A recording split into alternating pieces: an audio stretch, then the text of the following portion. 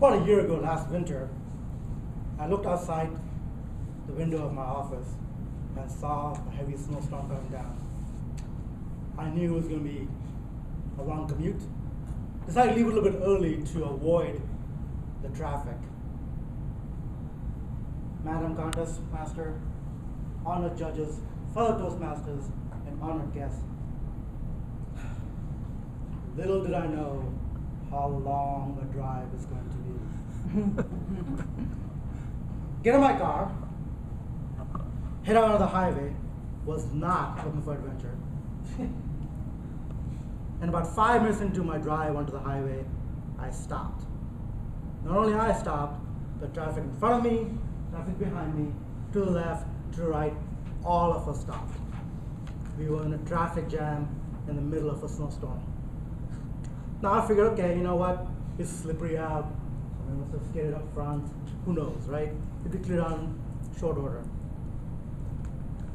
2 hours later, finally got to drive again. Got the knuckles, white knuckles back on the steering wheel, 20 miles an hour on the highway, went 1 mile, went 2 miles, and stopped. All the traffic stopped again. 3rd hour passes. 4th hour passes. 5th hour passes.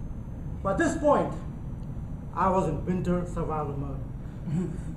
Went to the trunk of my car, put out the blanket, Winnie the Pooh. Long story, different topic. Wrapped around me snugly, and I put my car in sort of winter mode, right? On for about a minute to heat the car, off for about 6 to 8 minutes to preserve the lights and the gas and all that fun stuff. And I noticed everybody around me essentially was doing the same thing. Ooh, looking for the blanket, another discovery. Half a bottle of water and about 4 crackers. Dinner. Yum.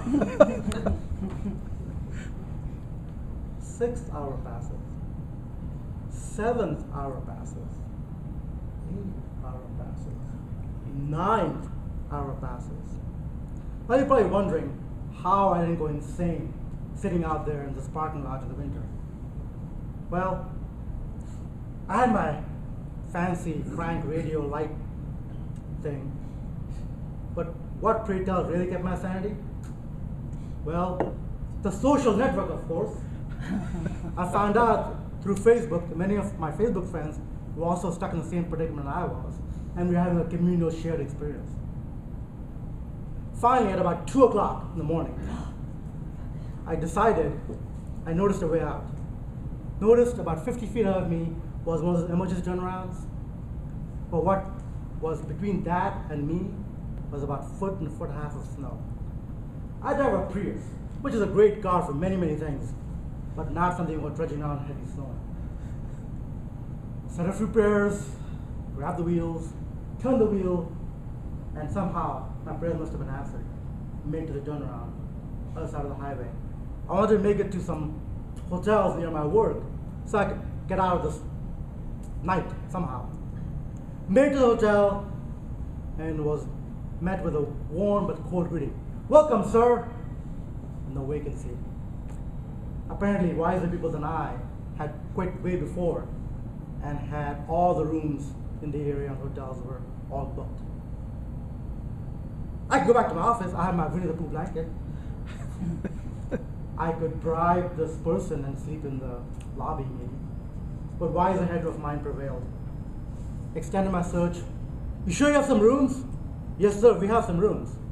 You're absolutely sure you have some rooms? Yes, sir, we have several rooms open.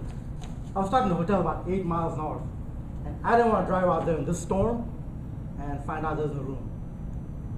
At about 4 in the morning, finally made it to a warm bed in a hotel room.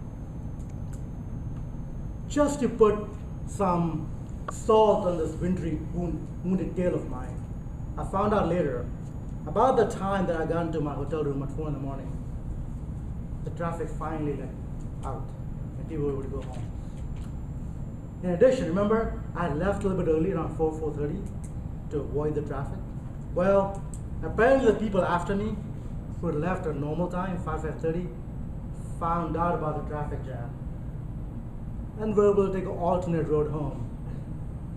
Well, hindsight is always 20/20, but at least in my case, discretion was a better part of valor.